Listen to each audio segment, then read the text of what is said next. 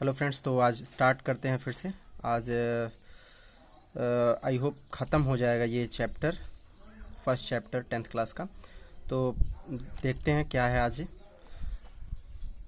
Prove that, पहला देखिए, पहला जो लिखा हुआ है, प्रूव दैट 3 + 2√5 इज इरेशनल। हम प्रूव कर चुके हैं कि √3 is irrational N irrational number. आप लोग भी 2 प्रैक्टिस किए होंगे, √5 का, √7 का। तो आप नहीं किए हैं तो फिर कर लीजिएगा।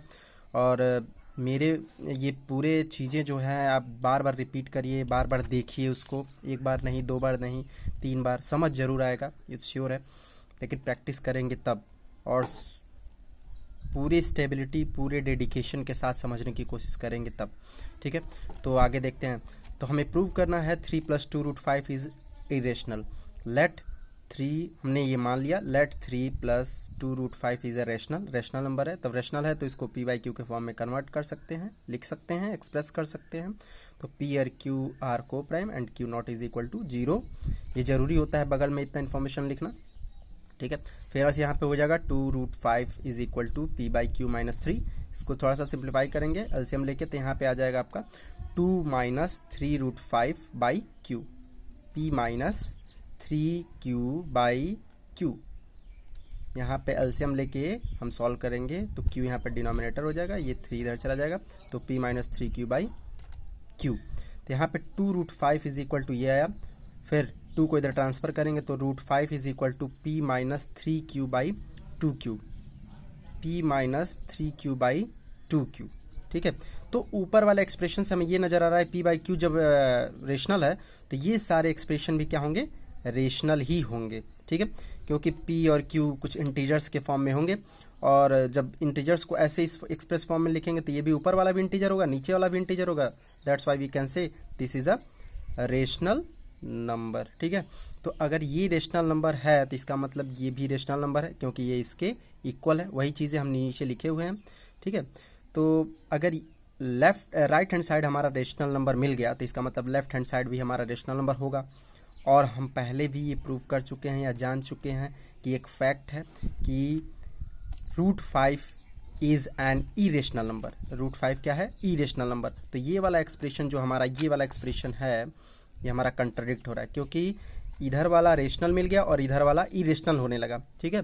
तो इस कंट्राडिक्शन की वजह से हम जो लेट करके चले हैं वो चीज़ हम गलत मान के चले हैं, ठीक है।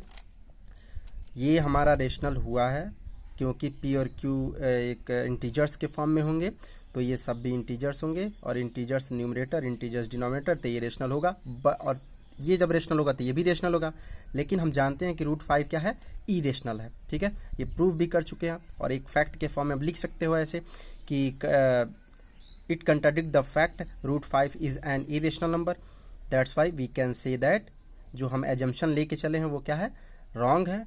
तो हम कह सकते हैं हेंस 3 + 2√5 इज इरेशनल, ठीक है। आगे देखते हैं। ये लास्ट टॉपिक है आपका, इसके बाद से ये चैप्टर आपका खत्म हो जाएगा। चलिए देखते हैं terminating and non terminating expression कैसे हम पहचानेंगे कि टर्मिनेटिंग है कि नॉन टर्मिनेटिंग है। हम बात कर रहे हैं रेशनल नंबर के बारे में, ठीक है। रेशनल नंबर के बारे में बात कर रहे हैं, तो कौन टर्मिनेटिंग है, कौन सा नॉन टर्मिनेटिंग। पहले टर्मिनेटिंग का बात समझते हैं क्या है।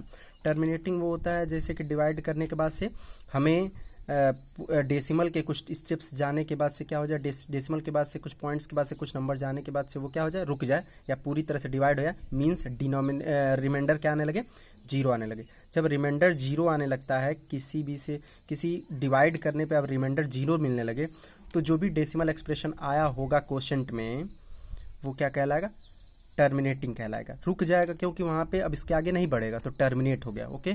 तो वो जो फ्रैक्शन हम करे थे, जिस फ्रैक्शन को हम सिंप्लीफाई किए थे, उस फ्रैक्शन को हम क्या कहेंगे, टर्मिनेटिंग कहेंगे। क्या कहेंगे, टर्मिनेटिंग। और जिसमें आगे बढ़ता जाएगा, रिपीट होता जाएगा, उसको कहेंगे नॉन टर्मिनेटिंग। एक होता है रिपीट होता है और एक होता है रिपीट नहीं होता है।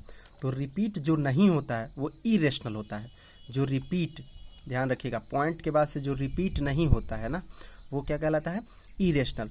बट जो आप रेशनल नंबर, जो भी दिया गया रेशनल नंबर होगा, उसको जैसे ही आप सिंप्लीफाई करोगे हमेशा आपको या तो टर्मिनेटिंग मिलेगा, नहीं तो नॉन टर्मिनेटिंग मिलेगा। अब कैसे हम फ्रैक्शन को देख के पहचान लेंगे कि टर्मिनेटिंग है कि नॉन टर्मिनेटिंग है, उसके लिए हमने लिखा हुआ है if the denominator of any rational number, अगर किसी फ्रैक्शन का डिनोमिनेटर, ध्यान दीजिएगा, किसी फ्रैक्शन का डिनोमिनेटर 2 पे पावर m और 5 पे पावर n के फॉर्म में एक्सप्रेस हो जाता है, 2 पे पावर m और 5 पे पावर n के फॉर्म में एक्सप्रेस हो जाता है, तो वो फ्रैक्शन टर्मिनेटिंग कहलाएगा। जब किसी भी फ्रैक्शन का डिनोमिनेटर इस फॉर्म में, केवल इसी फॉर्म में होना चाहिए, इस फॉर्म में अगर एक्सप्रेस हो जाता है तो वो क्या कहलाएगा, रेशनल, वो टर्मिनेटिंग कहलाएगा। क्या कहलाएगा, टर्मिनेटिंग। अदरवाइज उसे क्या कहेंगे, नॉन टर्मिनेटिंग। फॉर एग्जांपल के तौर पे हम लिखे हुए हैं नीचे, देखिए 7/32 ये हो जाएगा 2 का पावर 5 और 5 का पावर 0, तो ये हो जाएगा इस फॉर्म में एक्सप्रेस। इसका मतलब ये क्या है, टर्मिनेटिंग है। ये भी देखिए टर्मिनेटिंग है। ये भी आप ध्यान से देखिए, 1 है डिनोमिनेटर तो 1 को हम लिख सकते हैं 2 पे पावर 0 और 5 पे पावर 0, तो ये भी क्या है, टर्मिनेटिंग है। इधर भी देखिए 400 है, 2 का पावर 4 और 5 का पावर 2, इट मीन्स ये टर्मिनेटिंग। अब नीचे देखिए ध्यान से, ये हमारा 15 है तो 3 इंटू 5 मतलब 3 का पावर 1 और 5 का पावर 1, तो ये हमारा ऊपर दिए गए फॉर्म में एक्सप्रेस नहीं हो पा रहा है, तो ये क्या कहलाएगा, नॉन टर्मिनेटिंग कहलाएगा। ये भी देखिए नहीं हो पा रहा है, यहाँ पे 2 पे पावर 3 तो मिला लेकिन 5 नहीं मिला, तो इसका मतलब ये भी क्या कहलाएगा, नॉन टर्मिनेटिंग कहलाएगा। ठीक है, ओके। तो आज का यहीं ख़त्म करते हैं, और ये पहला चैप्टर ख़त्म हो गया। अब आप 2 बार 3 बार देख के प्रैक्टिस करिए, बार बार लगाइए और कोशिश करिए कि अच्छे से समझ आ जाए। फिर भी कोई दिक्कत होती है तो कमेंट सेक्शन में ज़रूर बताइए। Okay, thanks, take care.